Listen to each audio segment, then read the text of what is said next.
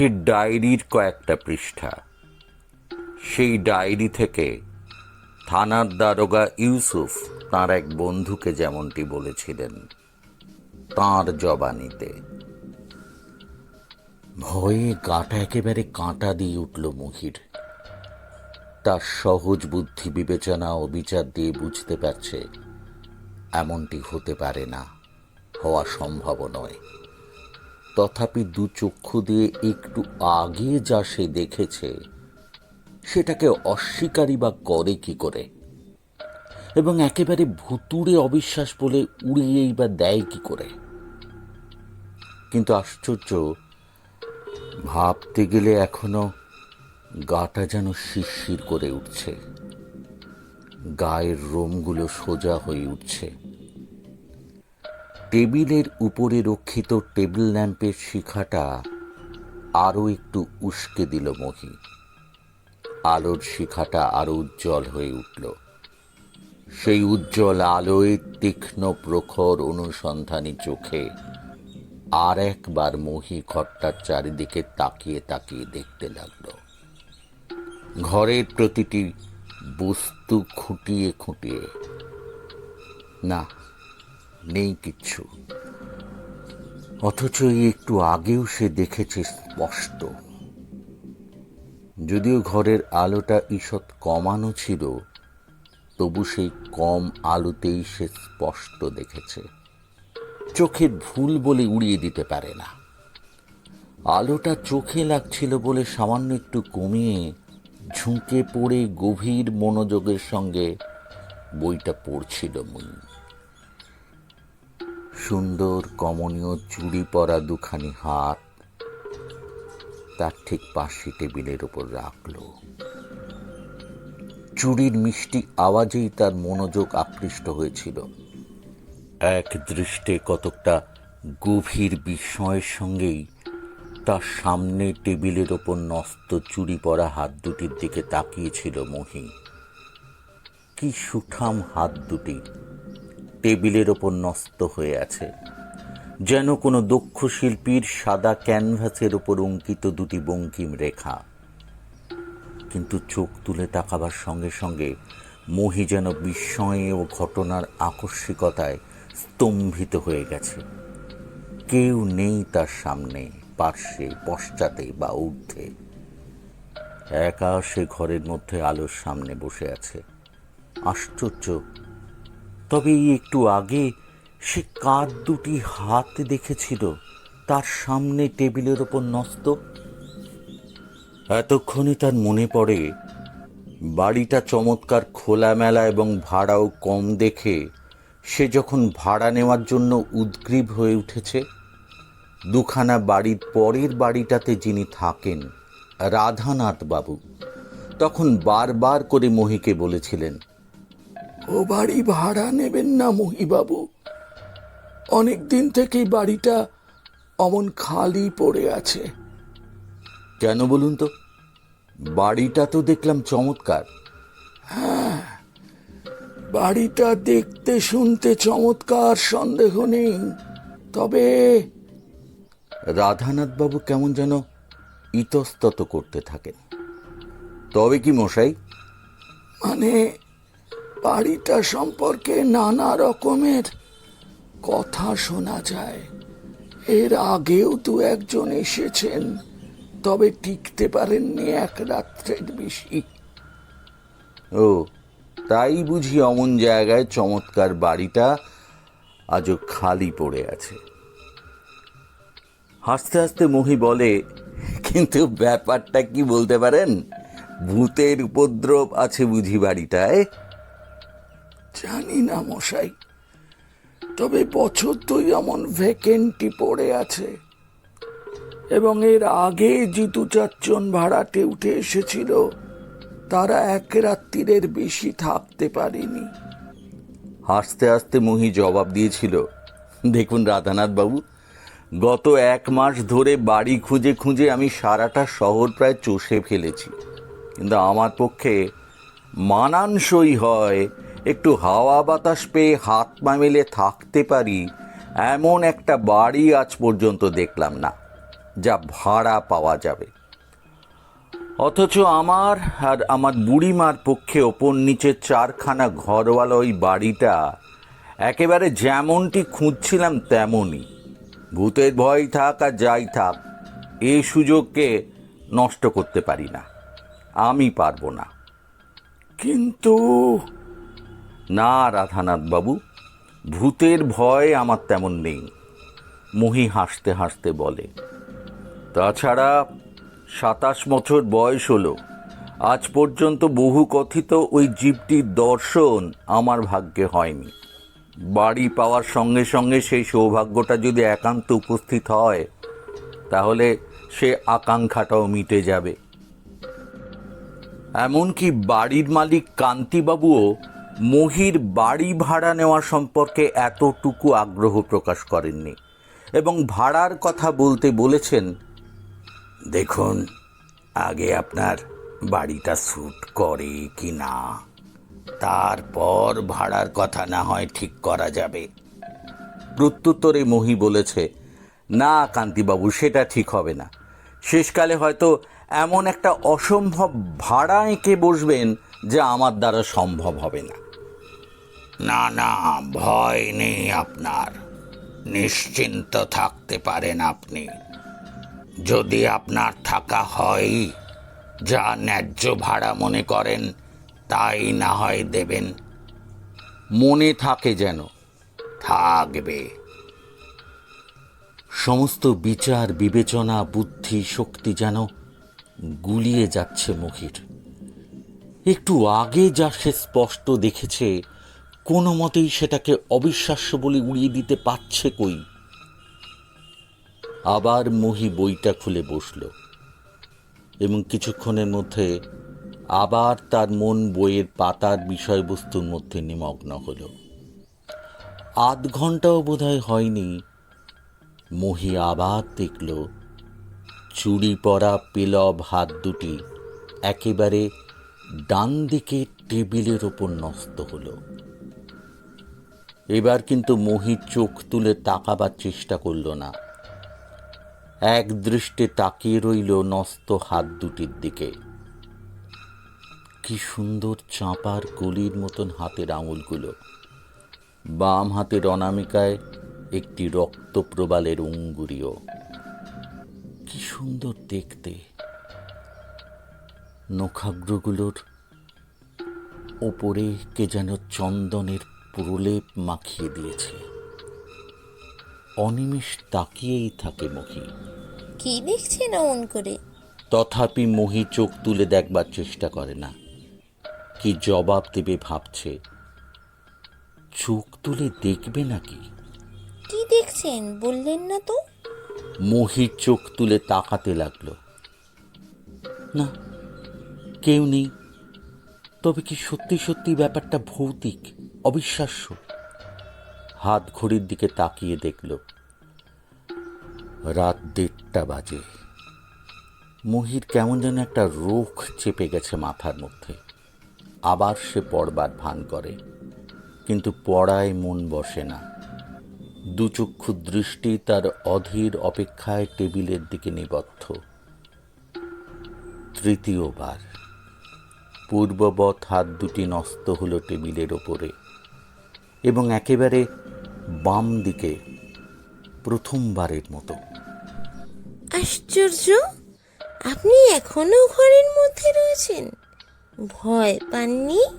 ভয়? ভয় কেন পাবো? মহি এবারে জবাব না দিয়ে পারে না। ভয় পাবেন না মানে? আচমকা এমনি দুটো হাত দেখলে সবাই তো ভয় পায়। তাছাড়া কি? আমার হাত দুটোই যে আপনার ওই কণ্ঠদেশকে মৃত্যুক্ষুধায় টিপে ধরবে না, কেমন করে জানলেন? এবার আর মহি না হেসে থাকতে পারে না, হেসে ওঠে। আরে হাসছেন যে? বিশ্বাস হলো না বুঝি আমার কথা? জানেন, এই হাতে আমি গলা টিপে আমার স্বামীকে হত্যা করেছি। চেয়ে দেখুন, দেখুন আমার আঙুলের বাঁকানো ধারানো নখরে এখনো রক্তের দাগ শুকিয়ে আছে। চমকে উঠল মহি। তবে কি নখাগ্রেও রক্তের দাগ? চন্দন নয়, রক্তচন্দন নয়? আবার মুখ তুলে তাকালো মহি এবং পূর্ববৎ এবারও দেখল ঘর শূন্য। এবং হঠাৎ ঠিক সেই মুহূর্তে দপদপ করে বার কয়েক কেঁপে উঠে টেবিল ল্যাম্পটা নিভে গেল। ঘরটা ভরে উঠল নিশ্ছিদ্র আঁধারে। একটা চাপা বিষাক্ত নিঃশ্বাস যেন অন্ধকার ঘরটার মধ্যে জমাট বেঁধে উঠেছে। কেন বারবার আমাকে দেখার চেষ্টা করছেন? আমাকে দেখা যায় না, দেখতে পাবেন না আমাকে, কেবল আমার হাত দুটি ছাড়া। স্বামী হত্যাকারিনীর মুখ দেখা হচ্ছে পাপ, জানেন না এই কথাটা? শোনেননি? কিন্তু আপনি যেই হন, ভূত প্রেতজনী, জানবেন ভয় দেখিয়ে আমাকে এ বাড়ি থেকে সরাতে পারবেন না। মহি এবার বলে ওঠে। তাড়াবো কেন? থাকুন না। তা আপনাকে একা দেখছি, বিয়ে থা করেননি বুঝি? আপনারা যে লোকে বাস করেন শুনি, সব কিছুই তো আপনারা দেখতে পান, জানতে পারেন। এ কথাটা জানেন না? কে বললে আপনাকে আমরা সব কিছু জানতে পারি? আমাদের গতিবিধি শক্তির একটা নির্দিষ্ট সীমা আছে, তার বেশি এক চুলে এদিক ওদিক আমরা এগোতে পারি না। তাহলেও বায়ুর জগতে শুনি লোকে বলে আপনারা বায়বীয় দেহ ধরে যে কোনো দিকে যেতে পারেন। সেদিক থেকে গতি আপনাদের যত্রতত্রই হওয়া উচিত। সেটাই তো হয়েছে মুশকিল। সব কিছুই আমাদের বায়বীয় হলে যা হয়, সুখ দুঃখ ব্যথা বেদনা হিংসা ক্রোধ সবগুলো অনুভূতিই তো ঠিক আপনাদের মতনই আমাদেরও বর্তমান। কিছুক্ষণ স্তব্ধতা। হঠাৎ আবার মহি প্রশ্ন করে, এই যে একটু আগে বলছিলেন আপনি আপনার স্বামীকে হত্যা করেছেন, কিন্তু কেন বলুন তো? সকলকেই যে একঘেয়ে পতিব্রতা হতে হবে তারই বা কি মানে আছে? তাই প্রতিঘাতিনী হয়েছি আমি। অদ্ভুত যুক্তি আপনার। অদ্ভুত কিনা জানি না, তবে একজন পুরুষকে হত্যা করে আমার আশ মেটেনি। বলেন কি? হ্যাঁ, আপনাকেও হত্যা করবার আমার ইচ্ছে হচ্ছে। সর্বনাশ, আপনার ইচ্ছাটি তো ভালো নয়। তা বলে ভয় পাবেন না যেন। এতক্ষণ ধরে আপনার মতো কেউ এর আগে আমার সঙ্গে কথা বলতে সাহস পায়নি। না পাওয়াটাই স্বাভাবিক, নয় কি? কিন্তু আর নয়, ভোর হয়ে এলো। এবার আমি আজকে রাতের মতো আপনার কাছ থেকে বিদায় নেব, কিন্তু সকালে উঠলেই পালাবেন না তো? পালাবো কেন? পালাবার কোনো কারণই ঘটেনি, মৃদু হেসে মহি বলে। পরের দিন সকালে সারাটা রাত্রি জাগরণের পর একটু বেশি বেলা পর্যন্ত মহি ঘুমিয়ে নিল। বাড়িওয়ালা কান্তিবাবুর ডাকাডাকিতে ঘুম ভাঙল তার। কান্তিবাবু একটু যেন আশ্চর্য হয়েছিলেন পরম নিশ্চিন্তে মহিকে ঘরের মধ্যে এত বেলা অবধি ঘুমোতে দেখে। ব্যাপার কি এত সকালে? সকাল কোথায় মহিবাবু, বেলা 10টা বাজে যে, এখনো উঠছেন না দেখে। ভয় নেই কান্তিবাবু, আপনার ভূতের সঙ্গে কাল রাত্রে বেশ আমার যাকে বলে ভালোই ভাব হয়েছে। বেশ বাড়িটি আপনার শুধু খোলামেলা নয়, চমৎকার একটা রোমান্স ওই বাড়িটার সঙ্গে জড়িয়ে আছে।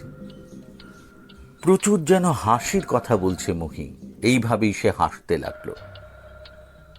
কিন্তু সেদিন রাত্রি 1:15 পর্যন্ত অপেক্ষা করেও যখন কারো দর্শন পাওয়া গেল না, কতকটা যেন হতাশার সঙ্গে মহি শয্যায় গিয়ে আশ্রয় নিল এবং গত রাতের সেই অদ্ভুত অভিসারিণীর কথাই ভাবতে ভাবতে বোধহয় ঘুমিয়ে পড়েছিল। হঠাৎ একটা শ্বাসরোধকারী অস্বস্তি আর বেদনায় ঘুমটা ভেঙে গেল। কঠিন হাতের 10 আঙুল দিয়ে কে যেন শায়িত তার গলা টিপে ধরেছে। শ্বাস বন্ধ হয়ে আসে। তাড়াতাড়ি দুহাত দিয়ে আততায়ীর হাত দুটোকে ছাড়াবার চেষ্টা করছে মহি। চমকে উঠল, চুড়ি পড়া দুটো হাত লৌহ বেষ্টনীতে তার গলা চেপে ধরেছে। নিয়মিত বারবেল মুগুর মোজা হাত মহির, কিন্তু যথাসাধ্য চেষ্টা করেও অদৃশ্য আততায়ীর লৌহ বেষ্টনী থেকে নিজেকে যেন মুক্ত করতে পারছে না সে। কি ক্রমে শ্বাস বন্ধ হয়ে আসছে যে। একটু হাওয়া, একটা গোঁ গোঁ শব্দ মহির কণ্ঠ হতে বের হওয়ার চেষ্টা করে। হঠাৎ এমন সময় সে অদৃশ্য হস্তের লৌহ বেষ্টনী গলার ওপর থেকে শিথিল হয়ে গেল এবং শোনা গেল একটা সুমিষ্ট হাসি।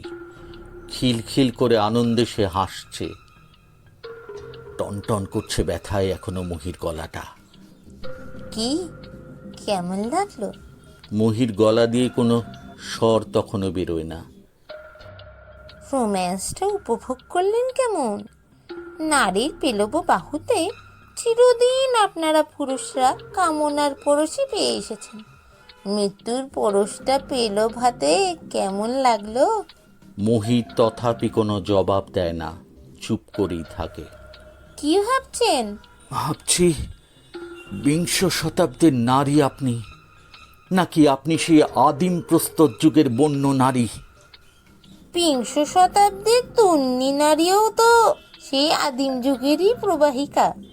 সেই রক্ত মাংস, সেই সব কেবল মাঝখানে হাজার হাজার বছরের একটা ব্যবধান মাত্র। আপনি রাক্ষসী। তবু নারী, এই নারীর জন্যই কি যুগে যুগে হ্যাংলা পুরুষ আপনারা আপনাদের কিছু পিছু ঘুরে বেড়াননি এবং এখনো বেড়াচ্ছেন না? যাকে সে কথা, গলায় আপনার হাত বুলিয়ে দেব। রক্ষে করুন, যে নমুনা একটু আগে দেখিয়েছেন আর হাত বুলিয়ে কাজ নেই। একটা চাপা দীর্ঘশ্বাস শোনা গেল।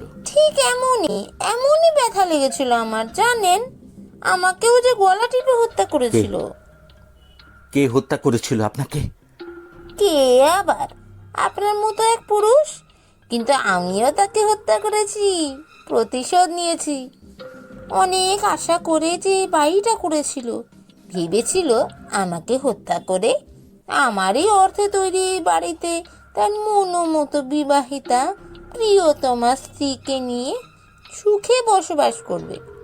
নর্তকী অভিনেত্রীর ভালোবাসা নাকি ভালোবাসাই নয়, কিন্তু নর্তকী অভিনেত্রী করেছিল অর্থের লোভে কে আমাকে?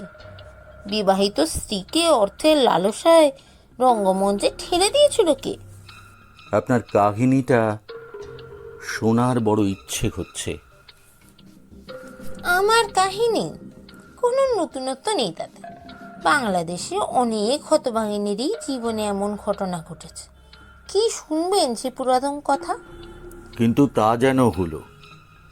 আমি তো আপনার কোনো ক্ষতি করিনি, তবে আমার পেছনে লেগেছেন কেন? সব পুরুষই সমান, গোত্র তো এক। তাহলে আপনি চান যে আমি এই বাড়ি ছেড়ে চলে যাই? তা কেন যাবেন? থাকুন না। কিন্তু যেভাবে একটু আগে আজ আপনার অভ্যর্থনা পেয়েছি, তারপরে আর থাকবার সাহস হচ্ছে না। এই না আপনার ভূতের ভয় নেই বলেছিলেন? ভূতের ভয় যে নেই সে তো আপনি বুঝতেই পারছেন, কিন্তু আপনার মতো পেতনিকে এড়িয়ে চলাই মঙ্গল নয় কি? আমি পেতনি, জানেন? একদিন আমাকে একটিবার রঙ্গমঞ্চে চোখের দেখা দেখবার জন্য প্রেক্ষাগৃহ ভরে যেত।